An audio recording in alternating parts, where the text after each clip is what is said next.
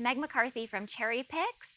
I'm here at the 2024 Sundance Film Festival with the director and producer of Never Look Away, Lucy Lawless. Hi, Lucy. How are you? Hi, Meg. Lovely to know you. Oh, my goodness. How's the festival so far? How are you enjoying yourself? I'm so delighted. I never foresaw being invited to Sundance. This is like the biggest surprise of my life. And I'm drinking it all in. Yes, please do. And I was so blown away from this film, like I was telling you earlier. And I'm going to go back for a second because I'm such a huge fan. I'm going to, fan out for a second. I'm such a huge fan of your on-screen work. And now I can say that I'm such a huge fan of your, work as a director and producer as well.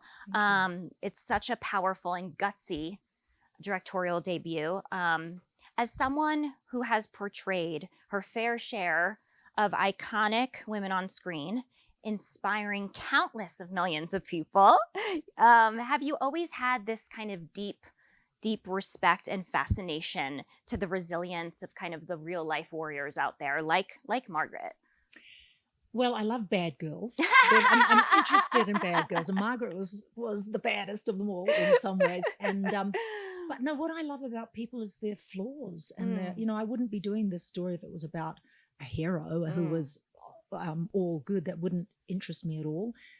Thing is with Margaret is that she pushed the boundaries of, I'm not sure where her boundaries were, so she would go to war and face guns and grenades and you name it, and yet her home life was every bit as hazardous. So the hunt is on. She shows up in Texas and she's an international mystery woman, and she has amnesia about her past, and everybody just accepts it. She's just this international woman of mystery. So the hunt is on. We're cherchez la femme, as they say.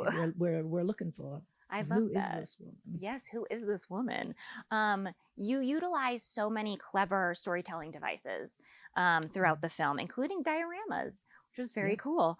Can you speak to your experience working with the mixed mediums to sort of bring her legacy to life in a way that kind of honored her tenacity and the totality of her character, which is kind of what you were just speaking to? Yeah, there was so much in her life that we just couldn't fit in this film. But really, we had to use things like diorama and a buto dancer, which is a fascinating Japanese art form. Look it up. To express the moments for which there are no images. We couldn't go back in time. We couldn't afford to film in Sarajevo. We can't go back to 1992. It doesn't look like that anymore. There is no evidence of Margaret Moth. Did we say her name earlier? Margaret Moth. In her darkest hours.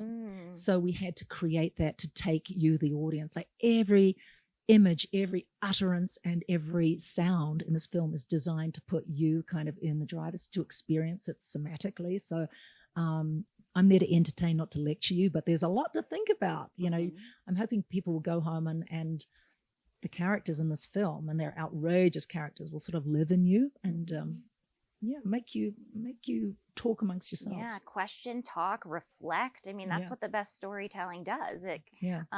And you've done that beautifully here.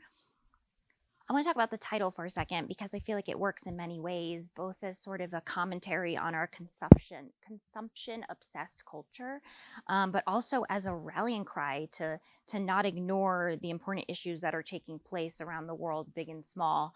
In your opinion, how important is it to kind of bear witness to truth and to uphold it for each other and for future generations? And how did Moth's story kind of give you the opportunity to explore that from behind the camera? Well, I'm like I say, I'm not here to lecture you about anything. I want to take you through a fun house, but there are serious issues that are touched on here, which is the honor and integrity of the mission of news gatherers in war zones, because they're so under threat. Their intention, in my experience, universally is to speak for the voiceless, the non-combatants, the victims of armed conflict. They are not there to be a shill for either side, in my experience. And in this post-truth world I keep hearing about, there is truth. There is an objective truth. And that is the images that these people are giving. What's done with these images later on, as it's offered to you on through the screen, is not is a whole other thing. But these people are literally dying to bring us the truth. For the rest, the other part of the film, it's not about truth. It's about subjectivity and the awesomeness, the fallibility of memory and competing opinions, so that the audience is always leaning in, doing the calculating. Like, you get this aggregate, you get all the gossip, and you get to make up your mind in this film of who's a reliable witness, because they don't all agree. And anyway, it's in a way, the audience is smarter than everybody else in the film. And I think that's an exciting thing, and something that I kind of accidentally did right. Well, I love what you just said about the audience being, smarter than we think, because I think that's a mark of a great filmmaker. It's true. I think that of not underestimating the audience, and for saying, here, like you mentioned, here I'm presenting this, and it's kind of up to you now to like do the work, to reflect, to take this where you want to take it. And allow it to touch you how it needs to touch you. And I think that, to me, that's what you brilliantly do here. And I never wanted to manipulate the audience. I don't want to tell, you should not be able to feel my attitude to any of this, because that's your job. You get to have the reaction, and there's some really gnarly stuff in there, and it's a very curious life and a dangerous one. One of our lead protagonists, Jeff, who starts and ends the film, passed away very suddenly and shockingly right before this December, right before Christmas. And I was hoping his intention was to be here to see the film, but he was such a dear soul, and he's sort of, I feel he's like with me. Yeah, absolutely. He absolutely is. He absolutely is. Yeah, precious people in this film. Yeah, that's beautiful. My last question is, I think that we throw around this phrase of, strong female lead, strong characters. And I think that we're understanding more and more that strength comes in so many different forms. There's strength in vulnerability. There's physical strength. There's mental strength. Be strong like Willow. That's a confession. Be strong like Willow. Yeah, flex.